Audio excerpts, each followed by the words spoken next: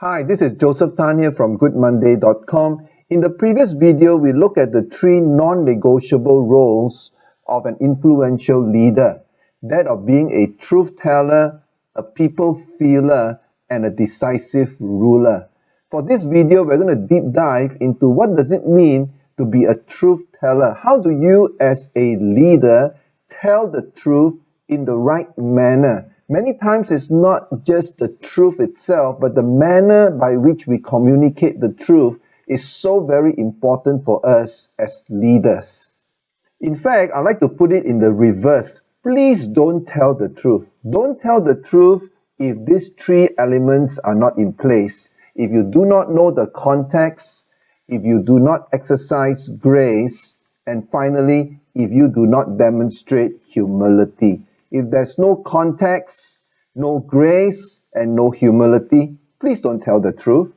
Now, what does it mean to demonstrate your understanding of the context? Understanding the context shows your commitment to investigate. You must have a commitment to investigate.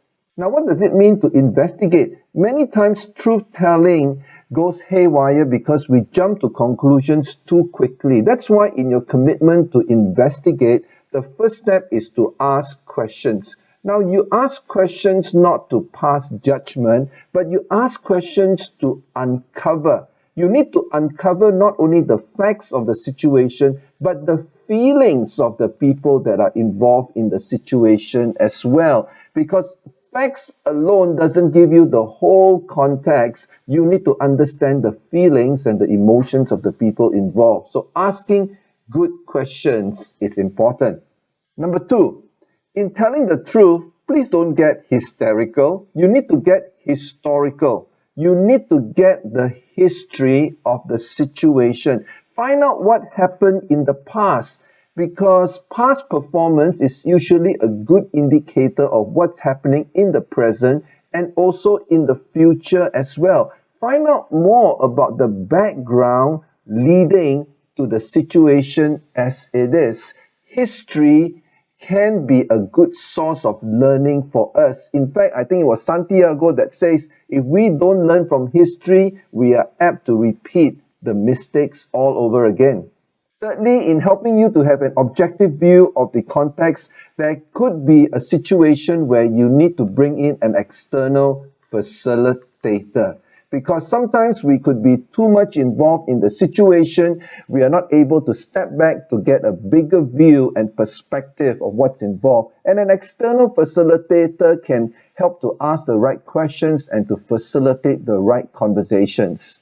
Secondly, don't tell the truth if you are not willing to exercise grace. Now, what does it mean to exercise grace? Grace is your commitment to show understanding. It's your commitment to want to understand the intentions of the people that are involved. Sure, there could be mistakes, there could be wrongful actions, or things that happens are not according to expectations, but people usually have intentions behind their action. It could be due to a lack of awareness. It could be due to ignorance.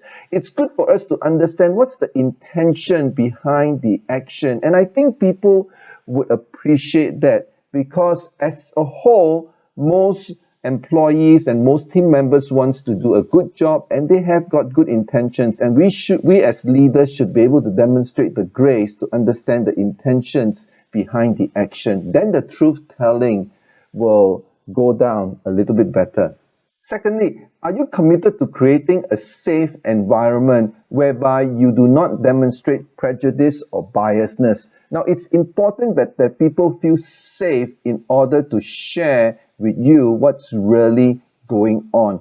If you are a person who is biased and prejudiced, you will not be able to demonstrate true understanding, and you will not be able to demonstrate graciousness in that situation. So when you tell the truth, it will not go down well. Now, thirdly, don't tell the truth if you're not a humble person. Why is humility important? Because humility demonstrates your commitment to confront. Yes, your commitment to confront the situation or the people that are involved. But you cannot confront with an attitude of arrogance or superiority or pride. You need to confront with an attitude of humility. What does it mean to confront the situation with an attitude of humility? Number one, in telling the truth, you need to be able to realign the situation to what are the core values. What are the core values that is driving your decision? What is the core value that spells out the importance of your truth statement? Because without realignment to core values, the truth telling may become warped. Secondly, truth telling needs to be done from the perspective of the long-term situation. When we tell the truth, we need to be able to state what is the impact on the long-term scenario. Truth will actually reveal its true values in the long term. It's more about long-term benefits than short-term gains. If we are not able to spell out what is the long-term perspective of what we are doing, the truth will not come out as it should be.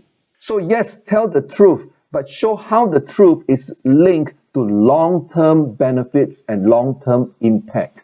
Thirdly, humility is required because you need to emphasize principle rather than popularity. It's easy to make decisions and to make statements that help improve your popularity, but the truth sometimes hurts. The truth sometimes is what people need to hear, but they may not want to hear. Now, that requires a lot of humility on your part to be able to highlight the principle behind your communication rather than your desire in wanting to be popular. There you have it. These are the three elements that must be in place before you tell the truth. That is your commitment to investigate the context, your commitment to show understanding, and by doing that, you are being a gracious leader, and your commitment to be humble, and in your humility, you are willing to confront the situation. If these three elements are not in place, please don't tell the truth, because the truth will come out in a way that is harsh, in a way that is impersonal, and in a way that doesn't hit home at all. But truth-telling is so important. Why? Because truth-telling creates the freedom for people to work without fear. If you find that there's a lot of fear in the organization, people are afraid to make decisions, people are afraid to take the next step, it could be because we are not working in an environment where leaders are willing to tell the truth in context, in grace, and in humility. And what happens is that you might be developing a culture of fear rather than a safe culture where there is truth telling. Think about it. This is Joseph Tan here from goodmonday.com. If you're interested in my online coaching services, check out goodmonday.com/coaching, and we can have a conversation then. Thank you very much for watching.